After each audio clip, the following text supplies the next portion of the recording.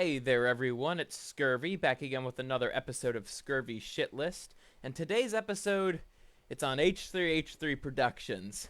Now, usually for the roast segment, I'd be, oh yeah, look at this. But it's gonna be a bit different today.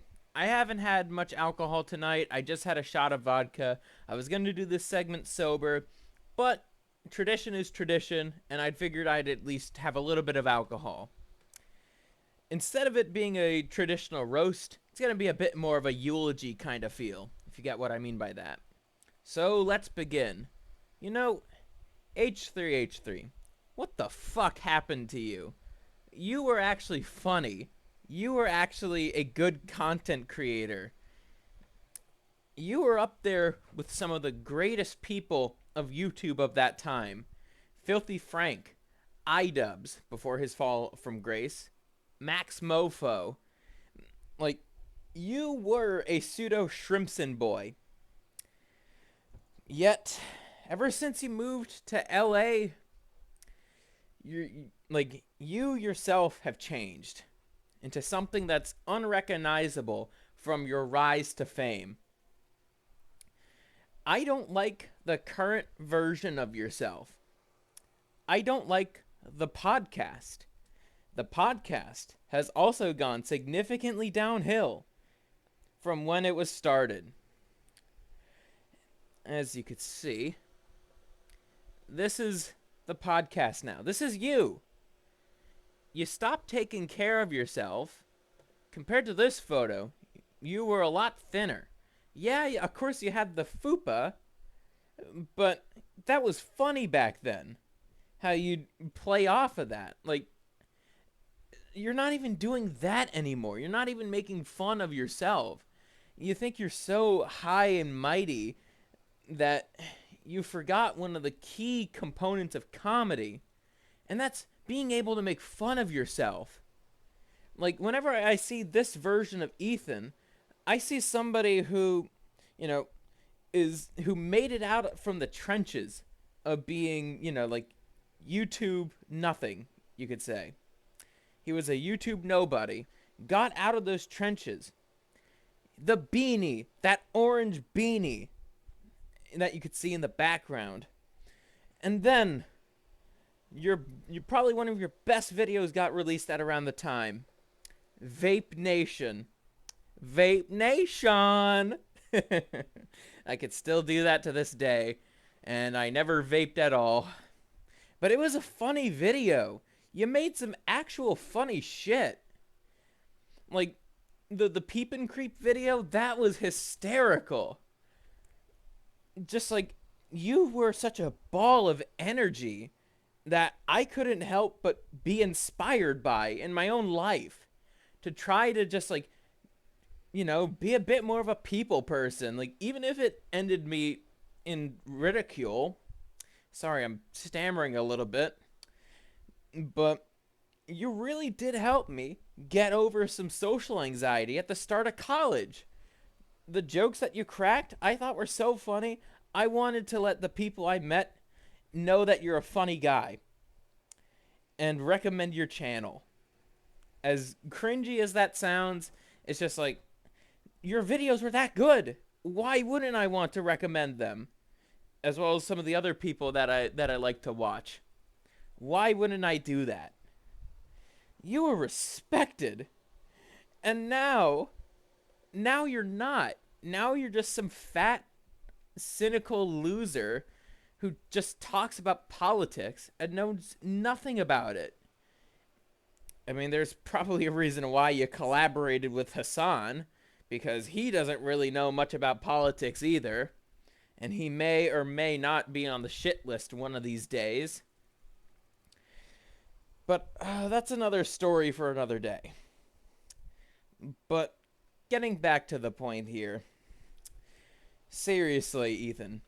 You failed us. You failed the people who actually stuck by you through some of the most controversial moments in your YouTube career.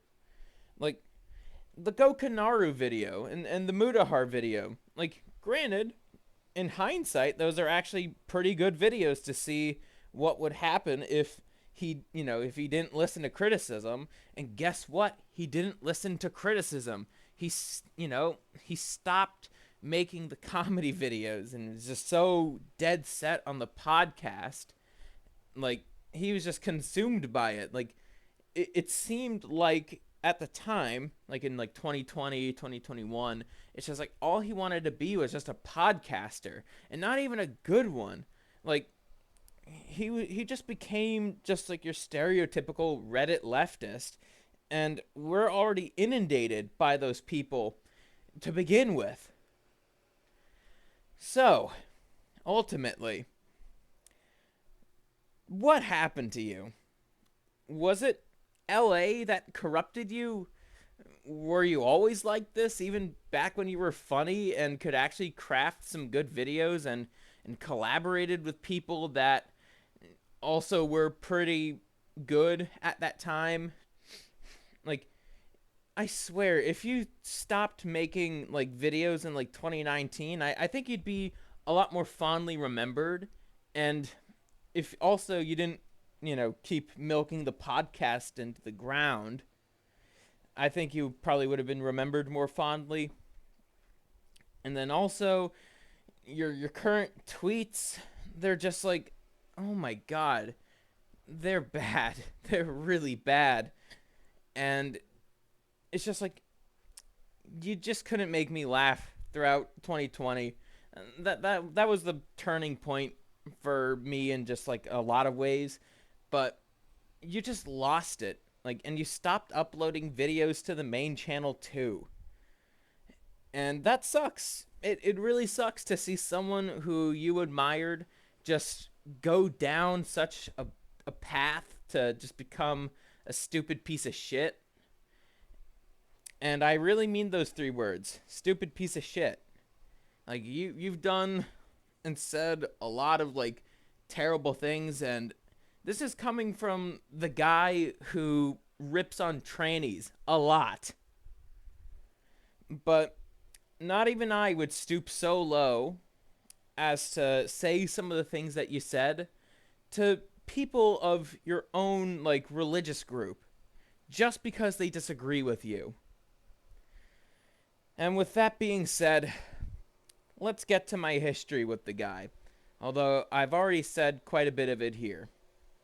This one's gonna be a depressing one. So now that the roast section is done, which I totally did not copy from Hot Diggity Demon, I think it's fair that I go over my history with the channel. I first discovered him in like late 2015, early 2016. I can't exactly pinpoint the exact date. I was a big fan of like his reaction videos. He was reacting to people like SoFlo Antonio for copyright theft, Prank Invasion for being a creep. It was a lot of fun seeing some guy be genuine, the little dog punching up against the big dog. I really liked that about him. And you bet your ass I was dancing with him whenever he was dancing to the Prank Invasion intro. It's always such a fun time. By the time I got to college and started my freshman year, I was really watching H3H3 stuff. I really liked his work. I held him in high regard to people like iDubbbz, Filthy Frank, How to Basic, Max Mofo, those guys. Alongside some classic Filthy Frank lines that I like to say a lot, even to this day. There were also a lot of H3H3 jokes that I like to tell to my friends, even to this day. Like the way that he says blacked in that net neutrality video of his, it's that funny to me. Goes to show something about my sense of humor. In those days, 2018, his content was really popping off. He was doing some really funny stuff. He collaborated with Post Malone. He was doing so much funny stuff. He became an inventor. He did a lot of just cool stuff. And then he started a podcast, which had a lot of pretty good guests at the start of it. You know, it had like JonTron, iDubbbz, Donkey, just to name a few. And then he also had some mainstream like figures too, like Jordan Peterson. My opinion on him is certainly different than what it was back in like 2018, for sure. Especially with like a lot of the new information about him. But anyways, I'm getting a little distracted here.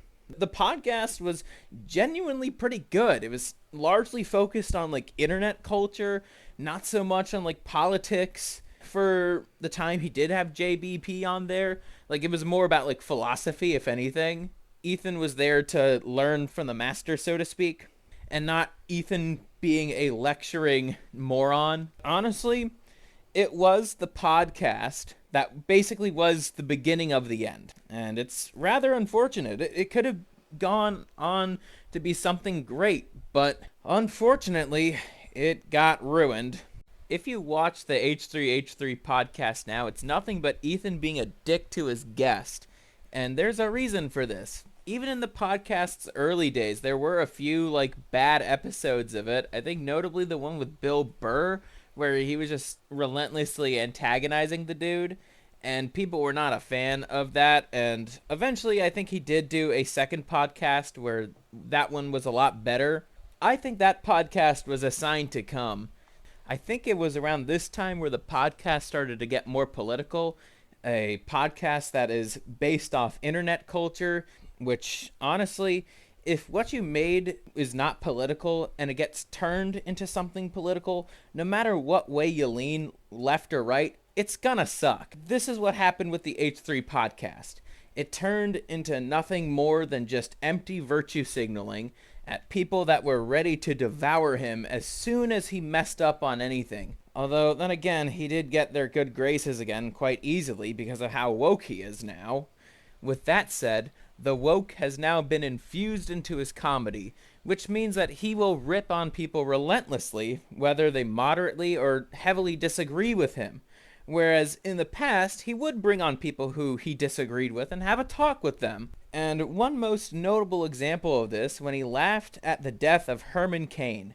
Now, Herman Cain, he was a guy who was conservative, who died of COVID. And there was a whole subreddit erected around right-wingers dying of COVID and these faggots having a laugh at that. And H3H3 was also kind of in that cavalcade of people who were just relentlessly ripping on this guy for just him trying to live his life while he was struck down with COVID. I think that's an insanely dick move. As much as I don't like leftists, I wouldn't want to wish death upon them. That's just part of who I am. I don't think that's cool. And even when I was a leftist, I didn't wish death upon conservatives.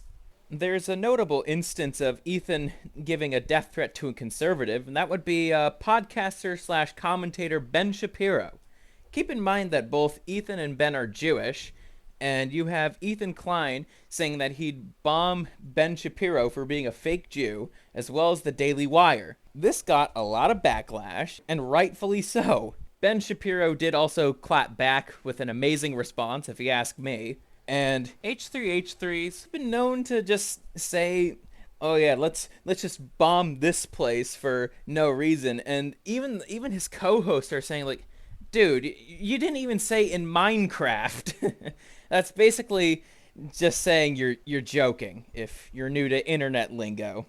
Ultimately, H3H3 just isn't funny anymore and hasn't been for a long time.